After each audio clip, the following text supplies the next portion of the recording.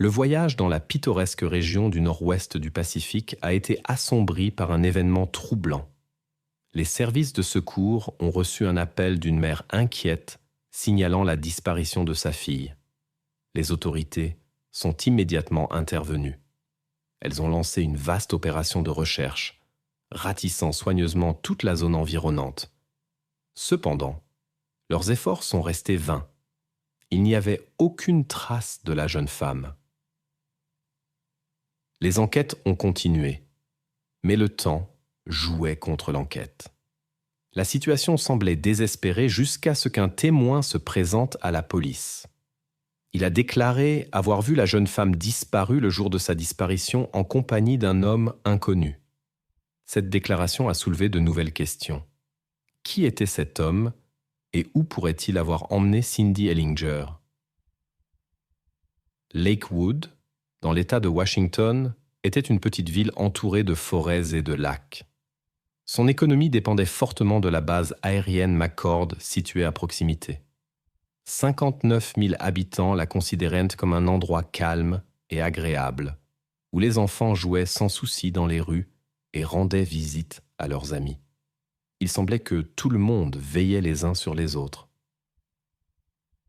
Cependant, en 1996, la ville a été confrontée à une série d'incidents qui ont même attiré l'attention des médias nationaux.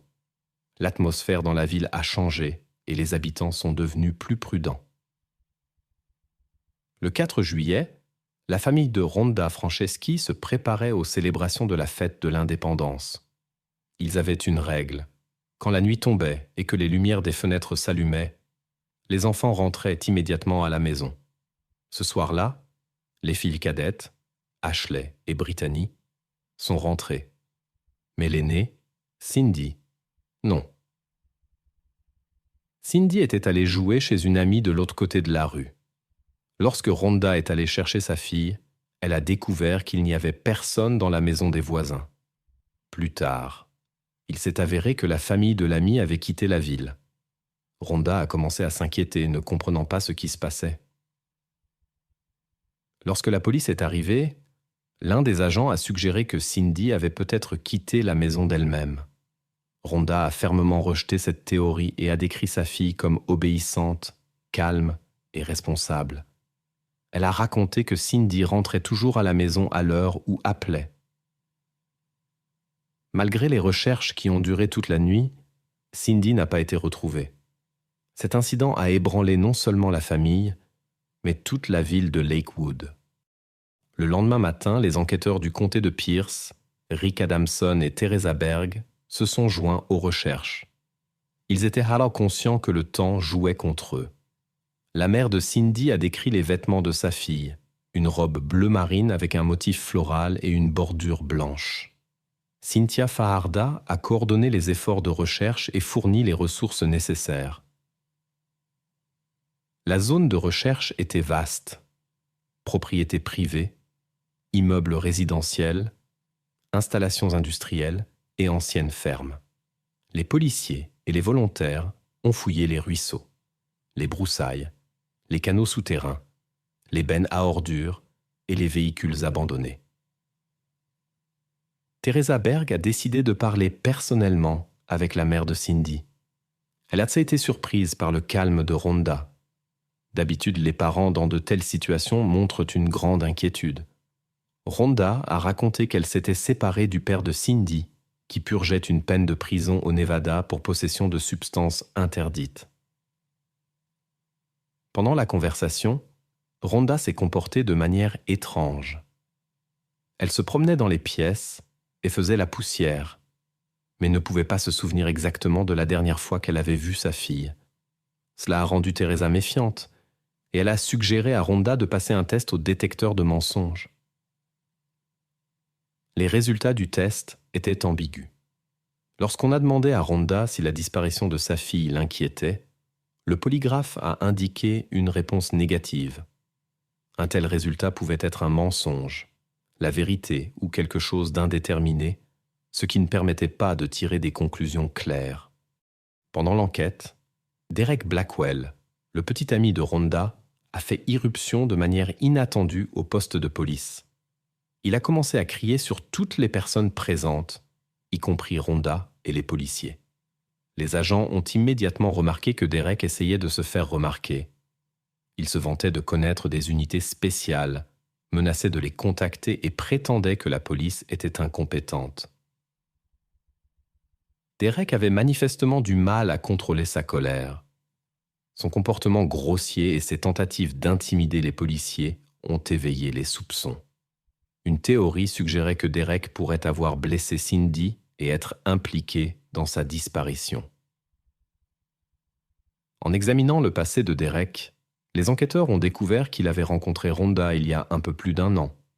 Derek s'est avéré être une personne très vaniteuse qui aimait attirer l'attention.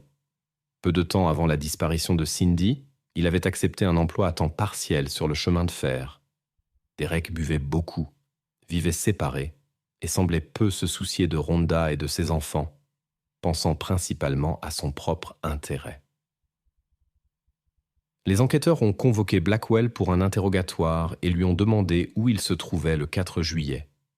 Derek a affirmé avoir passé la matinée avec Rhonda et les filles et être allé travailler à 3 heures de l'après-midi. Il n'a pas été exclu en tant que suspect, car l'heure exacte de la disparition de Cindy restait inconnue. Rhonda ne se souvenait pas de la dernière fois qu'elle avait vu sa fille, ce qui compliquait la vérification de l'alibi. Blackwell a accepté de passer un test de détecteur de mensonges. À la surprise des enquêteurs, il a réussi le test. Malgré son caractère égoïste, la police n'a trouvé aucun motif pour l'inculper. À la recherche de nouveaux indices, les enquêteurs ont décidé de parler avec Ashley, la sœur cadette de Cindy. Teresa Berg a parcouru le quartier avec la fille. Ashley a montré les maisons de ses amis et les endroits où elle avait joué avec sa sœur. À la fin du bloc, elle a indiqué une petite maison entourée d'arbres et l'a appelée la maison de son ami Russ. Teresa a été surprise d'apprendre que Russ était un adulte. Ce fait a alarmé les enquêteurs. Ils ont interrogé Rhonda à propos de cet homme et ont découvert que son vrai nom était Guy Rasmussen, un musicien local. Rhonda désapprouvait la relation de Cindy avec lui et avait interdit à sa fille de le visiter. Les enquêteurs ont suspecté que le jour de sa disparition, Cindy pourrait avoir désobéi à l'interdiction de sa mère et rendu visite à Russ, étant donné son caractère sociable. Les enquêteurs se rendirent chez Rasmussen, mais ne le trouvèrent pas. Ils parlèrent à une femme qui était chez lui et elle expliqua qu'elle ne connaissait pas Cindy et que Russ était parti à un festival il y a quelques jours et n'était pas encore revenu. Ensuite, des chiens pisteurs furent amenés à la maison dans l'espoir de trouver une piste. Cependant, les animaux ne trouvèrent rien. 2 jours s'étaient déjà écoulés, mais Cindy n'avait toujours pas été retrouvée. La police lança une campagne à grande échelle. Des photos de Cindy furent placardées dans toute la ville et une récompense de $10 000 fut offerte pour toute information la concernant. Ils espéraient que ces mesures aideraient les gens à voir Cindy comme une vraie personne et les inciteraient à agir. Les enquêteurs comptaient sur le fait que quelqu'un leur fournirait des informations utiles. Le temps passait, mais la recherche restait infructueuse. Tout le monde savait que les chances de retrouver Cindy diminuaient.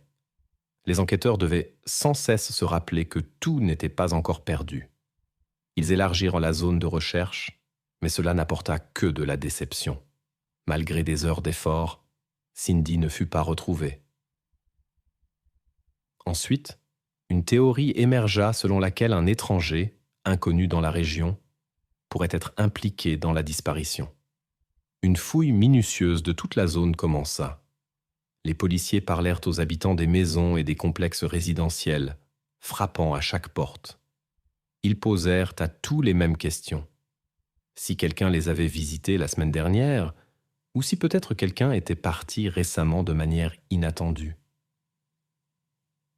Ensuite, les enquêteurs vérifièrent sur la base de données et découvrirent que plusieurs personnes ayant un certain passé criminel vivaient dans la région.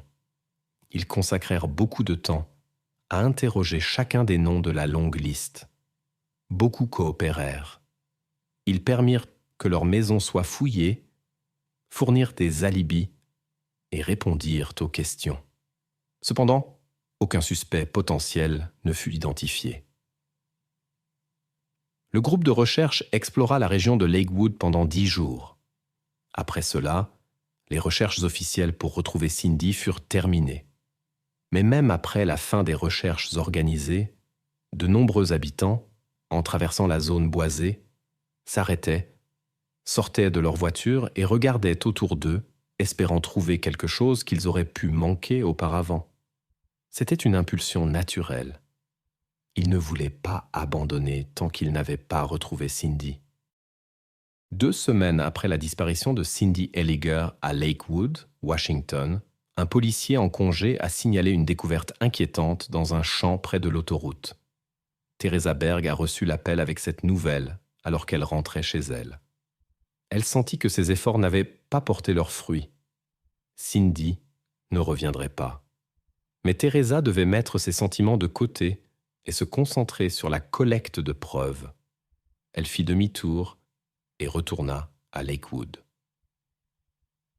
Le lieu de la découverte se trouvait dans un terrain vague où les gens jetaient leurs déchets. La robe correspondait à la description de la photo. Cindy présentait des signes de violence physique et d'autres actes illégaux.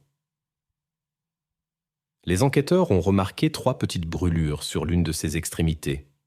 Cela pourrait indiquer que le suspect fume, mais cela montrait aussi son extrême cruauté. Il était clair que l'agresseur ne pensait qu'à lui-même et ne montrait aucune compassion pour les autres.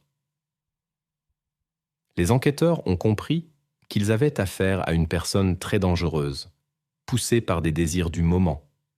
Ils ont réalisé que de telles personnes arrêtent rarement leurs actes et que leurs actions peuvent devenir de plus en plus agressives.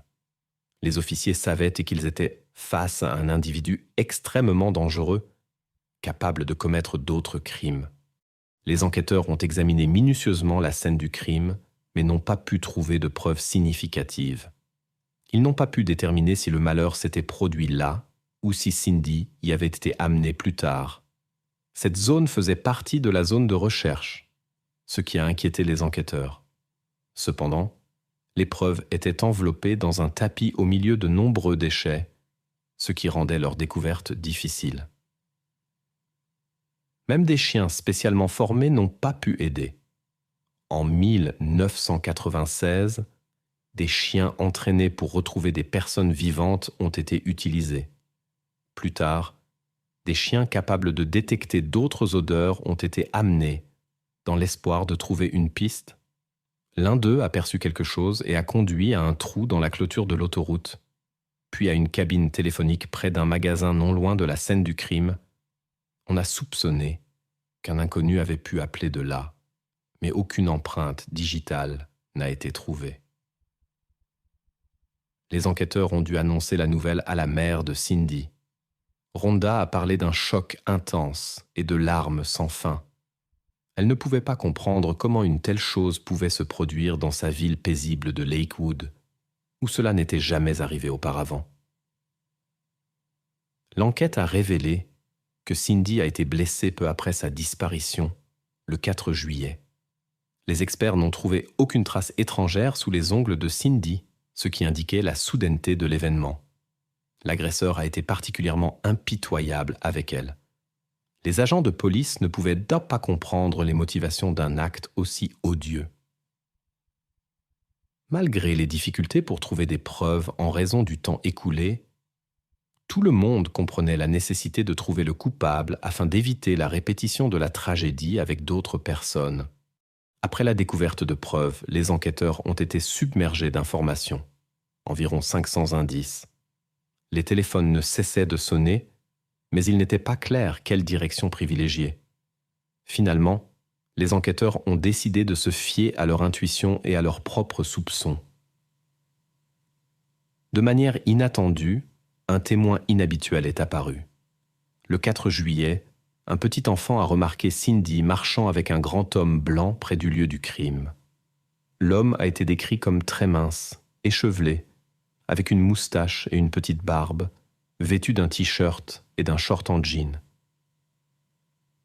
Bientôt, un autre témoin, un résident de l'immeuble voisin, s'est manifesté. Alors qu'il faisait un barbecue sur son balcon, il a vu un grand homme blanc se déplacer avec Cindy, vêtu d'une robe fleurie, en direction de la forêt. Leur retour n'a cependant pas été observé. Selon le témoin, l'homme avait les cheveux longs et échevelés, rappelant la coiffure de Guy Rasmussen, un voisin avec qui Cindy, selon sa sœur Ashley, était amie. Rasmussen était sans emploi et passionné de musique, bien que ses talents de batteur soient là en médiocre. Cindy et Ashley étaient incurieuses quand elles l'entendaient s'entraîner. Les enfants allaient souvent chez lui pour le regarder jouer. Pour eux, il était le type cool du monde du rock'n'roll. Ashley a raconté plus tard que Rasmussen se comportait comme un grand frère jouant dans un groupe de rock. Il était amical, bien que peu bavard, et s'intéressait à leur passe-temps.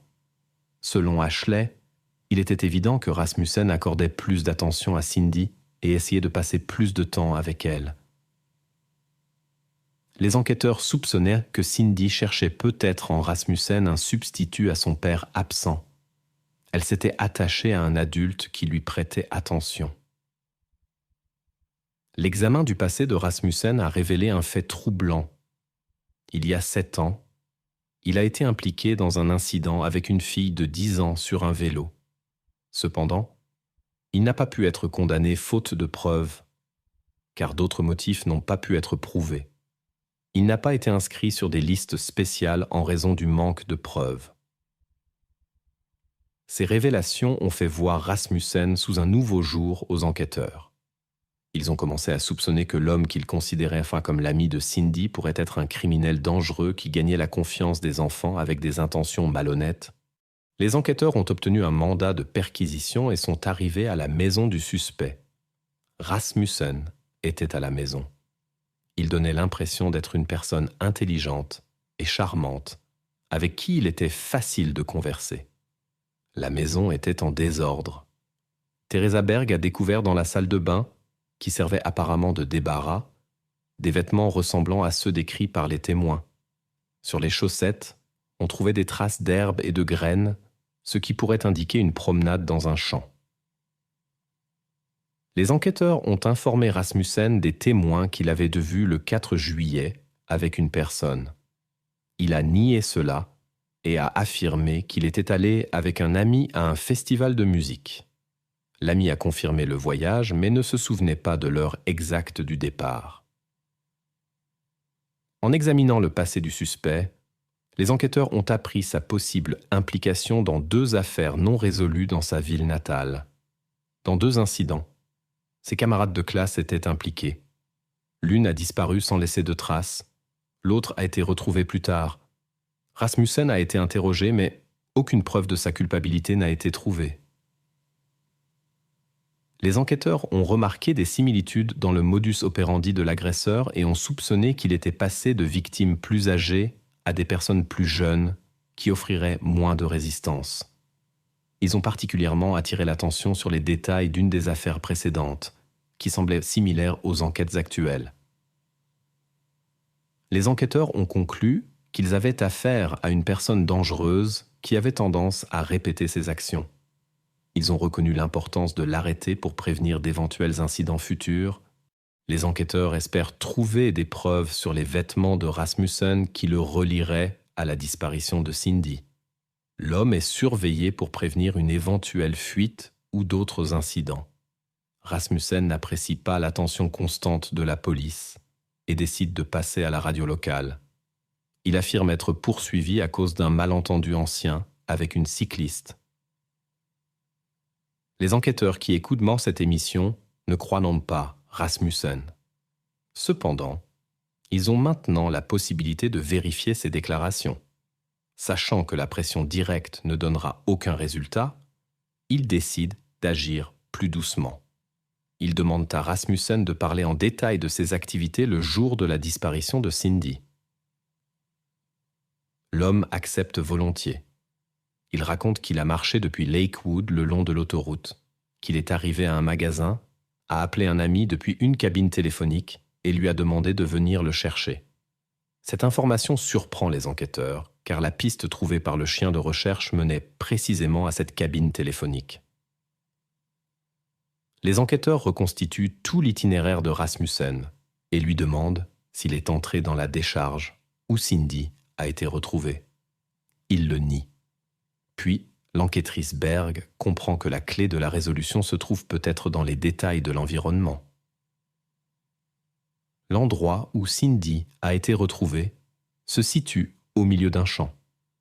En marchant à cet endroit, des graines et des fragments de plantes s'accrochent inévitablement aux vêtements. Les experts recueillent des échantillons de plantes du champ et les comparent à celles trouvées sur les chaussettes du suspect. Le technicien en criminologie découvre des traces de plus de 12 espèces de plantes sur les chaussettes de Rasmussen. Aucune d'elles ne pousse là où l'homme est censé avoir marché. Cependant, elles sont toutes typiques du champ où Cindy a été retrouvée. Ainsi, les enquêteurs peuvent prouver que Rasmussen était à cet endroit, malgré ses dénégations. Le laboratoire de criminalistique de l'État a livré les résultats de l'analyse des preuves trouvées dans le champ. Les experts ont découvert des traces biologiques appartenant à Cindy Ellinger et Rasmussen. Ces données sont devenues la preuve clé de l'enquête. Guy Rasmussen a été arrêté pendant un concert. Lorsqu'il a été placé dans la voiture de police et menotté, il a émis un son étrange, ressemblant à un grognement animal. Les enquêteurs ont minutieusement recueilli et analysé des preuves pendant 4 mois. Ils ont conclu que l'incident n'avait pas été planifié à l'avance et ont reconstitué la chronologie des événements du 4 juillet 1996 à Lakewood, Washington. Selon les enquêteurs, Cindy a rencontré Rasmussen dans la rue. Il lui aurait proposé de se promener dans la forêt. L'innocente Cindy a accepté. Plus tard, ils se sont retrouvés dans un champ où le crime a eu lieu. Rhonda, la mère de Cindy, se demandait souvent après l'incident pourquoi l'agresseur ne l'avait pas choisie, elle, à la place de sa fille. Elle a dit qu'elle aurait préféré être elle-même dans ce champ, si cela avait signifié que sa fille serait restée à la maison ce jour-là. En mars 1999, le tribunal a déclaré Guy Rasmussen coupable du crime contre Cindy Ellinger. Il a été condamné à la réclusion à perpétuité, sans possibilité de libération conditionnelle. Rasmussen est également suspecté d'être lié à 2 affaires non résolues.